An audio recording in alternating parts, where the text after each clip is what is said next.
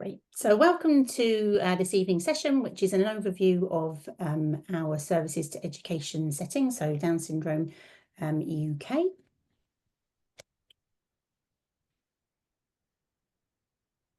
Just to kind of give a bit of background, I am a speech and language therapist. That's kind of my official training, and I've been doing that for almost 20 years now, specialising in Down syndrome. So I've worked with babies, just kind of 4-6 months old, right through to young adults, and of course worked with parents and professionals supporting those children and young adults. I've worked locally with a team of specialist teachers providing support to preschools and schools. And then in January of last year, I joined DSUK, and really part of my role has been to look at how we can develop support for preschools and schools who don't have a local service, because we know it's really, really patchy. Some areas have fantastic support, some areas don't have any support whatsoever.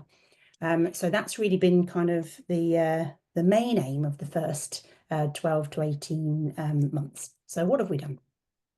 What I'm going to do over the next kind of 45 minutes is just kind of give you a brief overview of our services for education settings. So we now have an early years development program, which is for our preschools.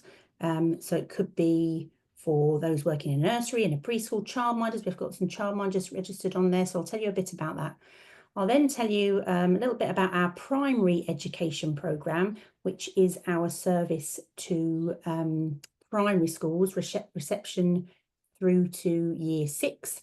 And then I'm just going to briefly tell you a little bit about our individual behaviour support service to schools. And then I thought, as I was doing this presentation, and we do Twinkle Teach Me. So I'll just put them on in there so they get a mention in terms of what we're offering. And really, there's two things we would kind of hope for this session. One is we've kind of realised that we haven't kept parents informed of what we've been doing. And so we want to make sure that you are aware of all of the efforts that we're putting in, but also that you can then take this information to your schools, because as at DSUK, and we have certainly grown a large number of professional members, but we are definitely very much parent focus has been our historical focus and will continue to be a priority for us. And it's through you guys that really you're going to have access to those schools and preschools that we need to be supporting and getting access to.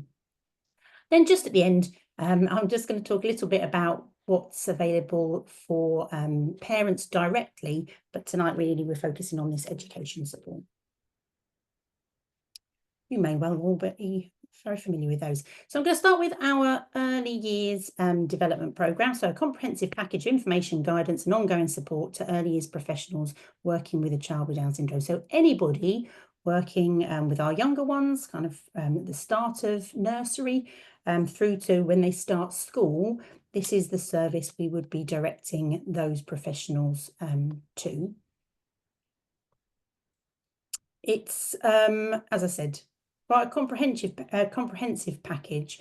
There is a yearly subscription. So from the date you sign up, should you sign up today on, I think, the 14th of July, your subscription would run until next year on the 13th of July, and you would have access to this service throughout those 12 months. And as part of Early Years Development Programme, we're really providing access to experts. So we've invited a number of professionals that we've worked with in the past or are even new to our service, where we felt there's a need. We have contacted new professionals who we know are experienced in working with children with Down syndrome and asked them to produce information and recorded sessions to share with our professionals. So they don't have to go looking for information on vision or information on hearing or information on toileting. It's all in one place for them to access. There's lots of pre-recorded information sessions on a range of topics. I'll give you a brief guide in just a second. We also have video guidance on activities. So we have short videos just saying, if you want to work on speech sound production, here's what you might do in terms of working with some sound cards. Or if we were thinking to do, we want to do some work on early number, here's some activities you could be doing to work on early number. So they're short, broken down activities and information around either activities or strategies, really. The other thing with the Early Years Development Programme is you get a physical toolkit of resources. They are delivered to the preschool, nursery, or childminder, whoever it is that registers. And there are some additional downloadable resources online, but the majority of resources are within that toolkit, or you can download a second copy to send home if that's useful. The other kind of key feature of this service and our primary education programme is ongoing support for settings. So rather than attending a one-off session, you maybe get to ask a question at the end, it maybe gets read out, you maybe get your answer. Professionals can come back month on month, start to get to know them a little bit, get to know about the children a little bit, and they can get access to ask any questions, any queries that they've got, if they've got any concerns or just want to share some success. And we have these ongoing monthly drop-in sessions for staff. And I've just popped on then there that as of September this year coming, we are developing an accredited training course. So in terms of CPD and professionals getting recognition for their extra training, that will be available as part of the Early Years Development Programme. So that's kind of what it is. What does it look like? So when professionals log on to their professionals portal, they go to their training and development and they will see this input. So you'll see here we've got information around behaviour, speech and language, learning, health and physical development, general. That covers some kind of useful information on possible useful guidance for schools, but also signposting to other useful information as well. And then the ongoing support is where staff access those online drop-in sessions. So when you click on any of those, I've chosen speech, language and communication. You can probably guess why. You get onto here and it's broken down into these three sections: communication, speech and language. So if you click on any of those, we clicked on communication, for example, you would see something like this screen over on the right here. So this is where you get your short videos of activities. So it talks there about supporting communication and the importance of supporting communication right from the beginning and throughout the preschool years. We've got a session on playing with others and how nurseries can be supporting that interaction with other children. And underneath these videos, so these are all short videos, and underneath the video, and where relevant, there are some information, some resources to download. Lots of these, as I said, come in their physical kit, but for example, observation sheet example, you're probably going to want quite a few of those, so you can download some extras there. Communicating with my friends, so that's really about kind of bringing these two together and going, look, our children with Down syndrome are maybe not yet, haven't got that talking to be able to communicate with their friends, but actually there's loads you could be doing to support that communication and that interaction with peers. And here's some ideas about how to do that. Conversation supports, things like conversation diary are covered in there. Got one on not being too helpful. Sometimes our staff can get to know the children really well and can jump in and support, not giving the children the opportunity and the need sometimes to have to ask and request and communicate for themselves. And then the last one there is directing communication, which is really looking at working with peers and how you might be giving some more scaffolding and direction to our child with Down syndrome to interact with their peers. So maybe you're sat down doing some building, and you might say, "Oh, can you pass the red brick?" You ask Nicola, "Can you have the red brick?" Now Nicola will better hear me, of course you will, but I want them to be looking at my child with Down syndrome. I want them to be seeing some of those signs. I want them to be listening out for some of those requests. And then similarly about directing my friends. "Oh, could you ask Becky, can she give you the blue brick?" So listening, you're going to be telling, giving a bit more of direction and scaffolding. So those are the sorts of examples of the things that you would find on our EYDP. And then there's just some examples of resources. All of those are actually in the kit. You've got an highlight board. That would be something that you may well have on the table at snack time, or if they're sitting waiting on the carpet maybe. Or you could just have it at one of the activities and you put on some pictures of things they like. They could be absolutely anything from favourite TV or story characters to hobbies that they like doing, or things that they like doing in the preschool, which these are all examples of that go on there. And then there's some communication cards there. Will you play? So I'd say, oh, what do you want to play? Want to play with the bubbles? Great. So get the bubbles picture, we stick it on. Who are we going to ask to play? Communication support. Let's go over. Show your friend. Let's start to teach the other children. If Becky comes over with this sentence strip and a picture of bubbles, I'm going to model it and try and get her, have a go to saying it, but actually it's there. You know, she's asking you to play with the bubbles. So loads of resources and how to use those.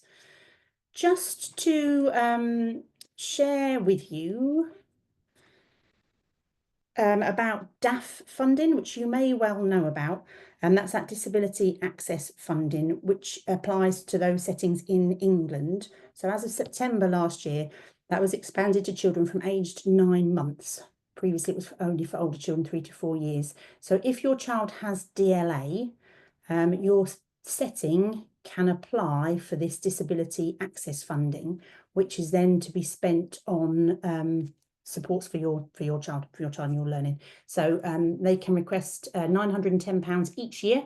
And obviously the subscription to the EYDP is £200. So I would be saying to my nursery, actually, what you're doing with it, have you applied for your DAF funding? What are you doing with it?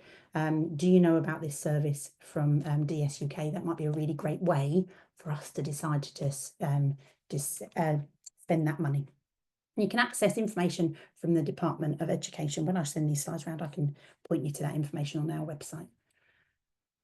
So that's our early years development programme. We then have our primary education programme. And again, we have that ongoing support element, which is really key, I think, having worked locally with schools and preschools in terms of staff knowing where to go, knowing where they can go and ask any questions or ask for help as needed. So primary education programme, or PEP, supports schools from working with children in reception right through until year 6. If you've got a child who's in primary school this coming year, this would be the service that may well be suitable for your school, your child. Yearly subscription is £100, and again, it's from the date of signing up. So sign up from 14th July, or maybe I should say from the 1st of September, whenever it might be. Then you go round to the following end of August. As part of this programme, you get training, information and resources. There's a lot of information and a lot of downloadable resources and tools to support learning across the curriculum, but also in terms of supporting that social interaction and friendship with peers. And again, we have that ongoing support. And I'm just going to talk about those things in a little bit more detail. If you click onto if you were to sign up for your professionals portal, you would see this screen where you see here you've got training, information and resources, and your ongoing support. Or just to say, as I haven't mentioned it already, when you're setting, or if you're setting signs up to either the early years development programme or the primary education programme, they can then add as many staff as they need to or as they want to. So, for example, when your school signs up, they may well want to sign up your class teachers, any TAs working in that class or that year group, any TA who's working directly with your child, maybe some lunchtime support, but actually they can sign up the entire school. And that's important, and I'm going to say why in just a second. So there's not a limit on the amount of professionals in that school who can access these resources. And like I say, some things are going to be more relevant to those supporting break and lunchtimes or within the lesson. There's two offers in terms of training. One is, this is kind of our core training or our main training for those who are working really in the classroom, working directly supporting our pupil with Down syndrome. It's a CPD accredited training. It is aimed really for those, as I said, teachers, teaching assistants working in the class, and Neil Senko, who's going to be supporting that team more directly. It is consists of 3 pre-recorded sessions, so which are each 40 to 45 minutes. So it's not massive demand on time. You know, it's kind of 2.5 hours, but it covers what we think is kind of the core information and relevant to everybody.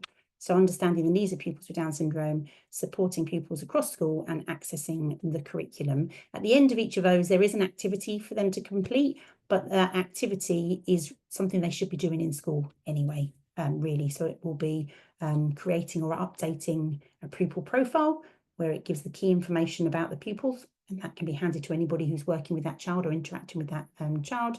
There's one about creating communication support in terms of supporting that interaction and friendships, and the other one is about providing an example of a differentiated lesson, which they should be doing for all of their lessons.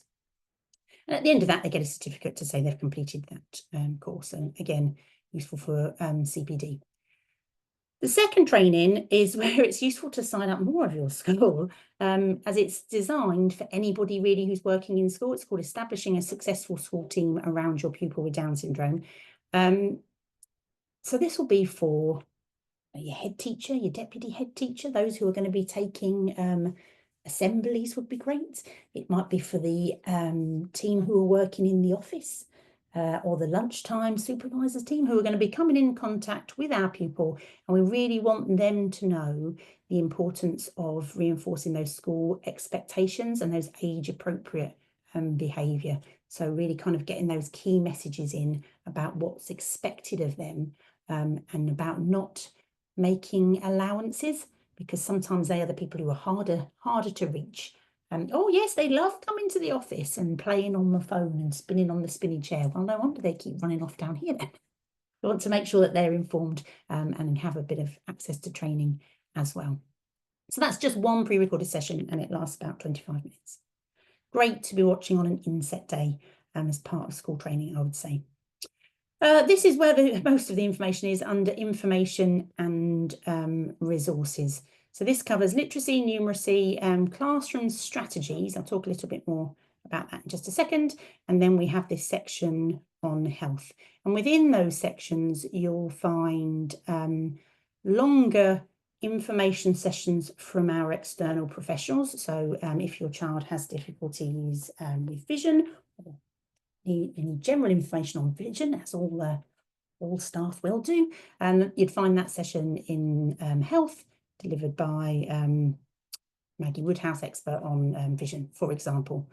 The other thing to say that within each of these sections, you will find, or the school will find, information sheets which focus on information about that particular topic.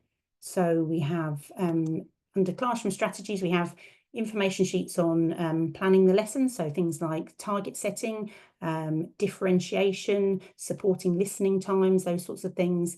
We have information sheets on friendships and social interaction, thinking about supporting interaction in the classroom, and also how best to support break times, lunch times, etc. Use of communication supports, examples of communication supports, and then supporting behaviour, promoting positive behaviour, as well as considerations in terms of managing behaviour. And with each of these sections, you get these information sheets and downloadable resources, which will either be an example or a worksheet that you could use, or a template that you could use within the classroom. Under education, we have literacy and numeracy, and again, they are broken down into relevant topics under literacy and numeracy, and I shall share with you the literacy one in just a moment to give you more of an example. Health, I've mentioned already, and then there are some overview videos for each of these sections as well. It tells you what's available in there. I mentioned these information sheets and resources, and I'll just show you a quick example. So under literacy, one of the sections under literacy is about phonics, and there are information sheets about developing phonics skills, considerations when teaching children with Down syndrome phonics skills, some activities to be supporting that, and how you might break that down and use visual supports that aren't necessarily the same as you're doing for your other members of the class. Although some of them will be quite useful for other members as well. And then there's just some examples of resources. So you've got things like your useful sentence strips, can I have, on the things that you might be going to ask your friends about. There's a tracing, there's handwriting sheets, there's a story summary in terms of reading comprehension. There's an example of a vocabulary sheet for a topic. being on space there. And there's some vocabulary cards in terms of teaching some of that vocabulary around those early phonics sound combinations. It gives you a bit of an idea about the information and resources that are available to school. And then, as I mentioned, similarly to the EYDP programme, we have these monthly Zoom drop-in sessions where staff can come they don't have to come every month, they don't ever have to come if they don't want to, but certainly they are more than welcome to come monthly. We normally have a general topic. So, for example, in September, our first topic is going to be about the learning profile associated with Down syndrome and the training. So they'll be signposted to those information sessions. But then it's a chance to ask questions, any concerns that they've got or worries that they've got. If their child maybe is struggling with transition, what can they be doing to make that run a little bit more smoothly? What's coming up in terms of curriculum, support for differentiation, if they're doing the topic of people who help us, I think has been the year 2 topic of the last term. Have we got any ideas around that? If you're planning a residential trip or a sports day or a summer fete of things that have come up, any option really can be asked there. It's an opportunity for schools to share positives as well, good practice from each other and hear from other schools in similar situations. So that's our primary education programme. And then finally, I said I would tell you about our individualised behaviour support service. Now, as I said, there is information under the primary education programme about supporting behaviour, about managing behaviour, about promoting positive behaviour. There's some resources on there. You get an ABC record form, told how to complete the ABC record form, behaviour plan, template, etc. They can come to the drop-in and ask any questions. This service is really for schools who are finding themselves in a situation where they've got some unwanted behaviours that have been happening for a little while. Whatever they're doing to manage them in school isn't necessarily working. They're not seeing them reduce and they want some additional support. So this is an individualised behaviour support service. So it's a one-on-one. It's not a group thing. It's not a drop-in session. So it's designed to support schools to understand these behaviour challenges and to build on social strengths to develop new positive behaviours in school. And that's really important because everybody, when you've got an unwanted behaviour, wants it to stop. But nobody thinks, okay, well, we've got to give them something else to do instead. And that's really what this service is helping schools to identify. So they have 2 pre-recorded training videos. They get one explaining the profile and talking about some of these evidence-informed intervention strategies. And also the second video is all about how to develop an effective behaviour plan. They are required to complete an ABC log, which is where they're documenting any examples of behaviour, really looking at what the build-up is, what's happening just before. And they always say, oh, it comes out of nowhere, Becky. I had a meeting earlier today. And if you really fill in an ABC log, it doesn't. You can start to see the patterns, or certainly if you know what you're looking for, you start to see the patterns, and draft that behaviour plan, have a go at it. And then they send those things in and they have a one-to-one meeting discussing these patterns in the behaviours, both in the build-up's a bit, it's not really the phrase I want to use, but kind of the situation. You start to see things like, oh, look, it always happens when they're a transition from one thing to another. Oh, it always happens in listening times because they're not been differentiated in listening times. It always happens with a particular adult. It's not about pointing fingers, but it is about identifying who needs more support in terms of managing behaviour. So look at those, look at the individualised behaviour plan and improve that normally. And then we send them the updated plan and any resources following the meeting. That obviously is like I said, one-to-one service. And so that is £150 for that one-off service. I said I would mention the Twinkle Teach Meets. These are things I'm sure you may well have heard of Twinkle. They're a very big organisation that provides resources predominantly for education settings, but they do have a parent offer and they are looking at offer resources to things like speech and language therapists, for example. And they do these Teach Meets, which they're free CPD events for teachers and teaching assistants.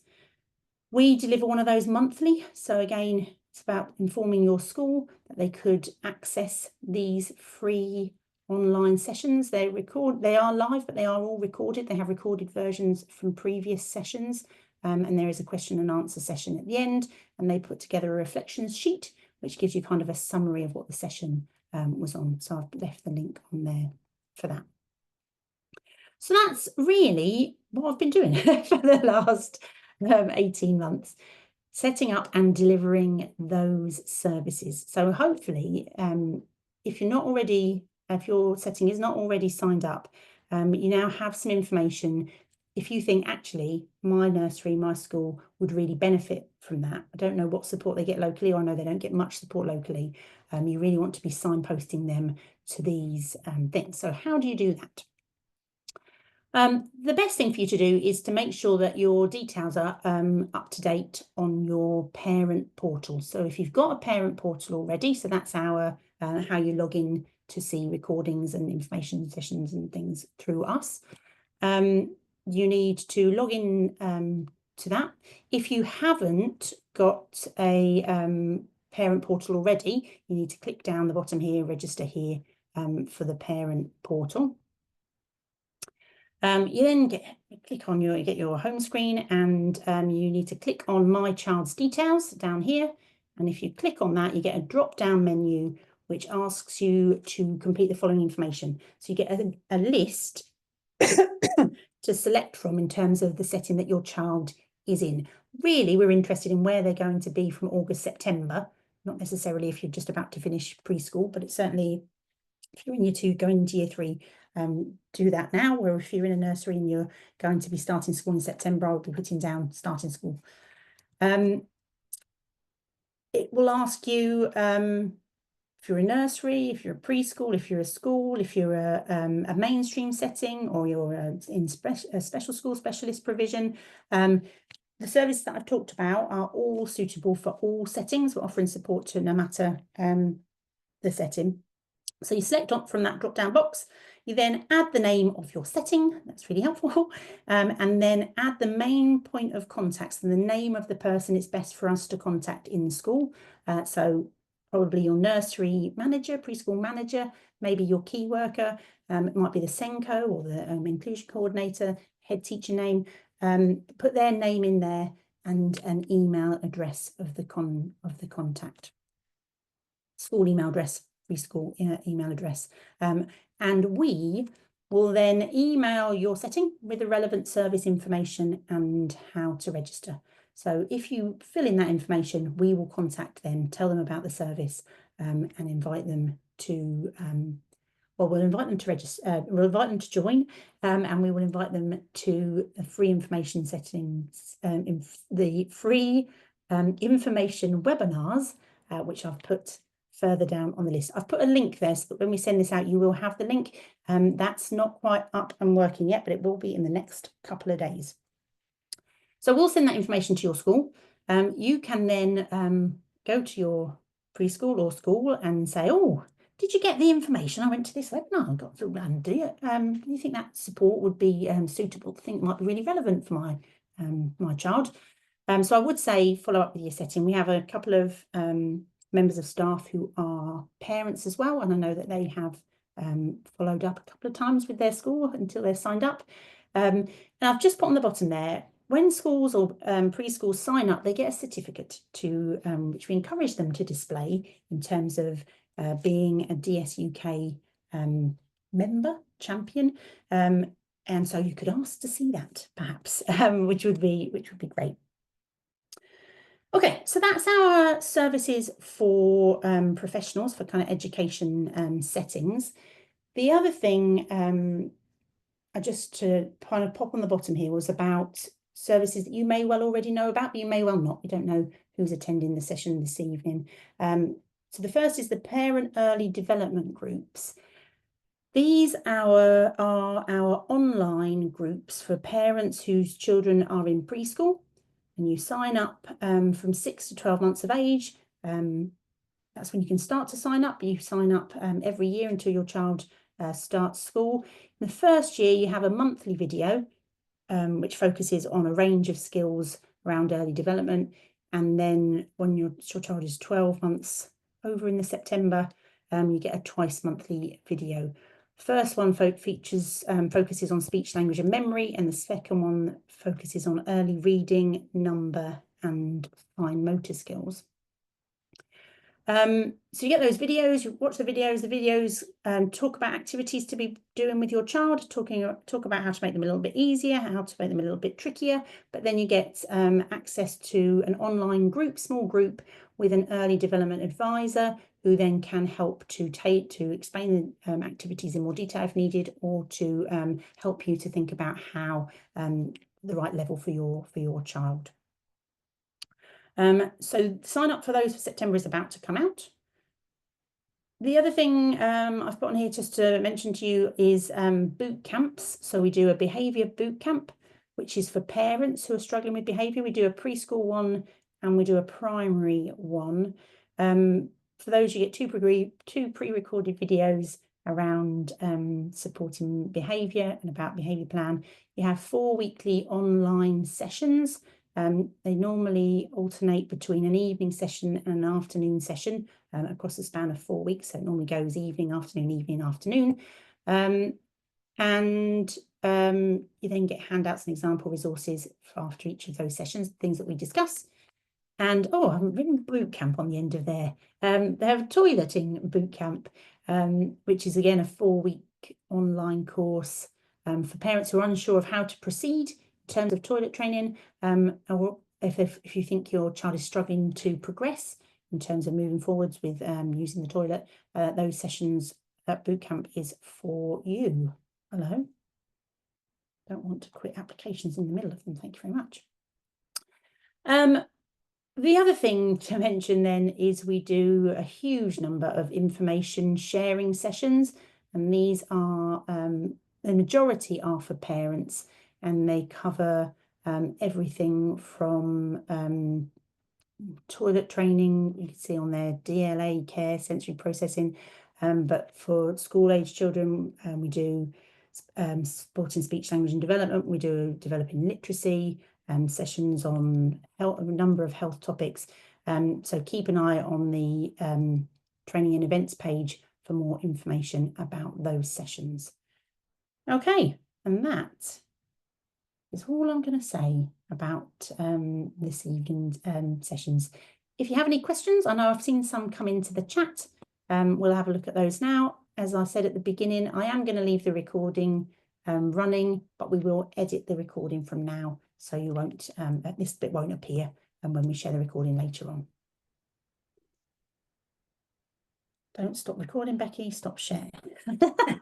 Oh, it's getting near the end of the year now. Isn't it? Brilliant, thank you, Becky. So the questions were just one of the parents, I don't know the name, iPhone, was asking about making contact with school, and that I was just clarifying that we really encourage you to use the portal, and if you put in your school's details, then within, I could say probably a week, assuming everyone's not on their holiday, we'll email the school or nursery to let them know all about the relevant session. So we will email them and let them know, and we will then follow up with them in September. We invite them. So Becky holds regular online free webinars, for one for schools, one for early years settings, that I think, did you say you're changing the format? You sort of use a topic. Are you still doing that from September? You're changing it now for each term, aren't you? It's going to be a different topic, is that? The free webinars. Yeah, the free webinar. Really yeah, no, I haven't really talked about those. I talked about a different topic for the monthly drop-in. Yes. In terms of the free webinar, each term there is a different topic. In the autumn term, it's going to be a general learning profile, how best to support in the classroom in terms of PEP, and for EYDP, it's going to be talking about the learning profile and best support in early years setting. Now, you can test me. Primary is learning profile in the autumn. In the spring term, it's behaviour, and in the summer term, it is around transitions. And for preschool, is learning profile and inclusion in the spring term. It is behaviour, I think, in the summer term. So I think it must be supported speech and language in the spring term. Proper communication. But those really are an opportunity for the setting to be able, if they haven't signed up, obviously that's the best route, because then they've got access immediately and can, at their leisure, you know, the primary schools can undertake the accredited training courses, the videos, watch those and access all the resources and so on. But if they do just want to sort of have an introduction, then those webinars are a great opportunity, and that's what certainly we'll email your school or nursery to let them know when those are up and coming if they haven't signed up. And they're a kind of opportunity to share some ideas and then tell them what they're missing out on for the session.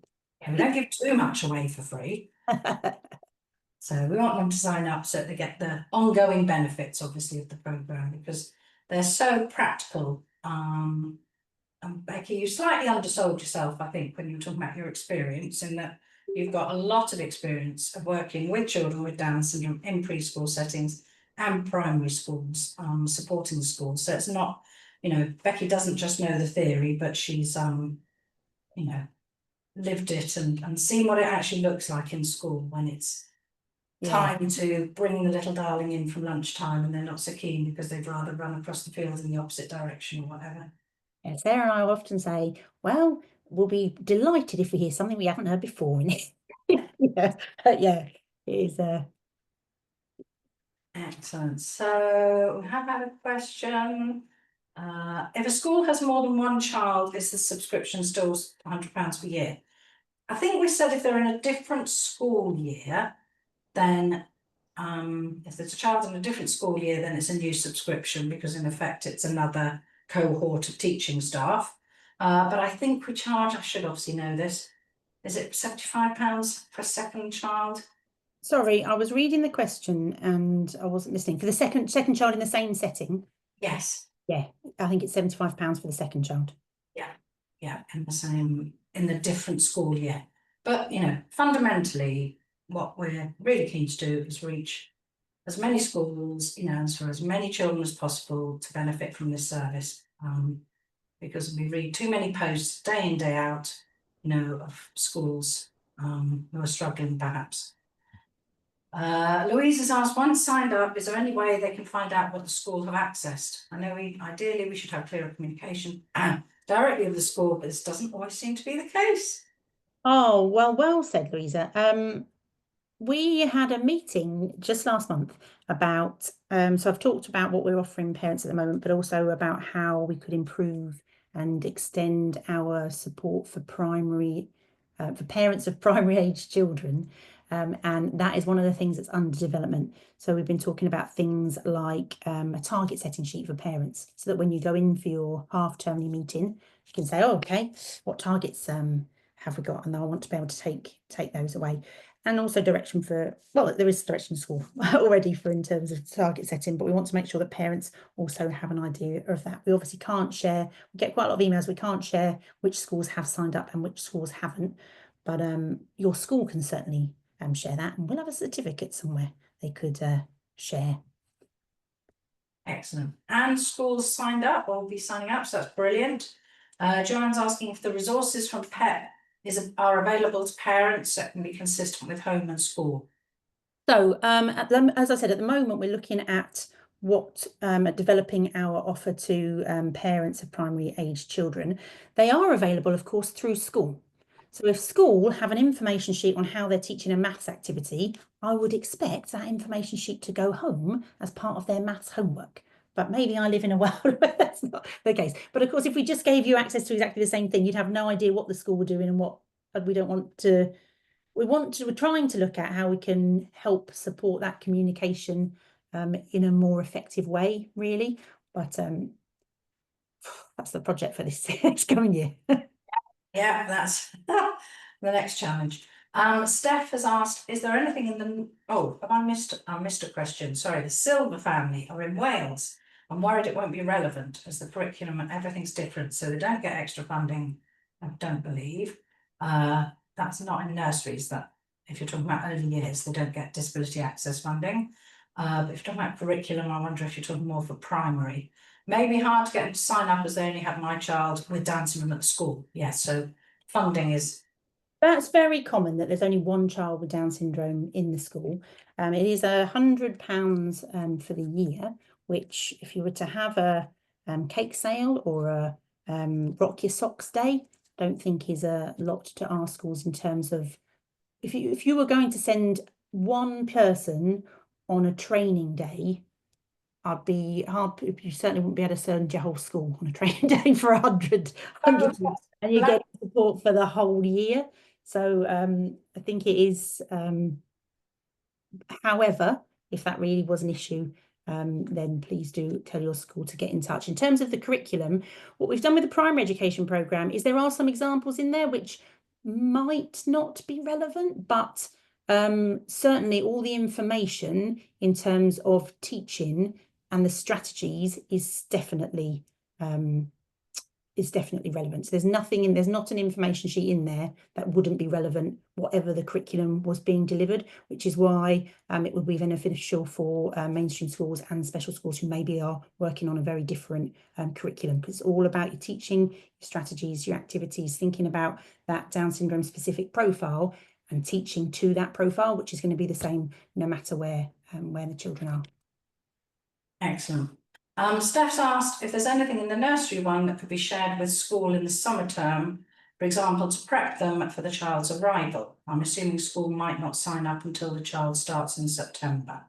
We have run this term a session on transition for as part of the early years development programme, and we've shared as part of that information session, which is recorded and they can access at any time. Also, we have put on some resources from PEP that support transition into mainstream school. So definitely it should be totally all there for them. Excellent. Joanne, you may have already said this, but is there a section on salt for PEP? There's not. Very well pointed out. We are aware of that. There is a section on supporting communication, and it talks a little bit about the speech and language profile and the uneven profile, but we haven't yet created a speech and language section, which should be being delivered now. No, it might not be by a speech and language therapist.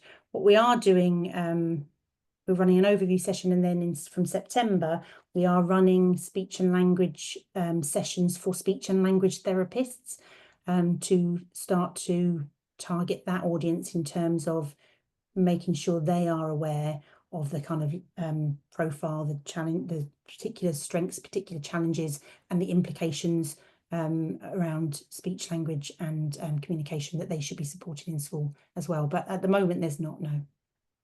Okay, thank you. And Laura's here. Laura's commented they're in Wales, definitely all relevant to their school. It's Wales, her son's school has been using it this year and finding it all very helpful. So that's great to read. Thank you.